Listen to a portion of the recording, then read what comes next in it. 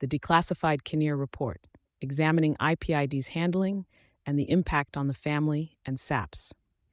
Lt Col Charl Kinnear's assassination in September 2020 shocked the nation, and subsequent investigations have implicated some of the highest-ranking officers within the South African Police Service.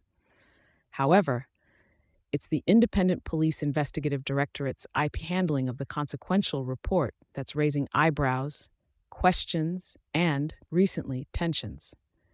Kinnear, a member of the Western Cape's anti-gang unit, was working on cases involving organized crime and allegedly corrupt police officers concerning fraudulent firearm licenses. His killing, outside his home in the Cape Town suburb of Bishop Lavis, was widely believed to be linked to his work. Subsequently, the focus turned on why Kinnear was not under state protection, despite a known threat to his life. IPID's handling of the investigative report began when it was initially deemed top secret. Subsequently, it came under intense scrutiny when it was questioned in Parliament for not following appropriate classification procedures. The report, which implicated high-ranking police officials, surfaced in the public domain through leaks, causing a furor over its accessibility and classification. The ordeal took a turn on the 6th of November 2024, as IPID announced the declassification of the contentious report, a move that was made without prior briefing to Kinnear's family. This disregard triggered criticism from Kinnear's widow, Nicolette, who accused IPID of a lack of respect and consideration. IPID justified its actions by prioritizing its obligation to inform the nation, promising subsequent engagement with the family.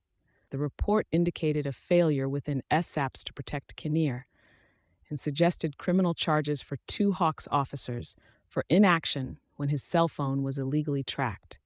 It further recommended disciplinary action against implicated officers within SAPS and the Hawks.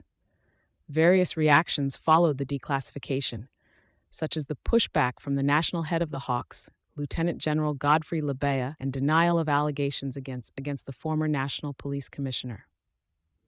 The professional turmoil for the implicated officials sits starkly against the personal tragedy of Kinnear's family, still seeking to understand the failures that led to his lack of protection and ultimately his death. The declassification and the information within need to be examined against the backdrop of systemic issues within a SAPS, the conduct of high-ranking officials, and the procedural integrity of IPID itself.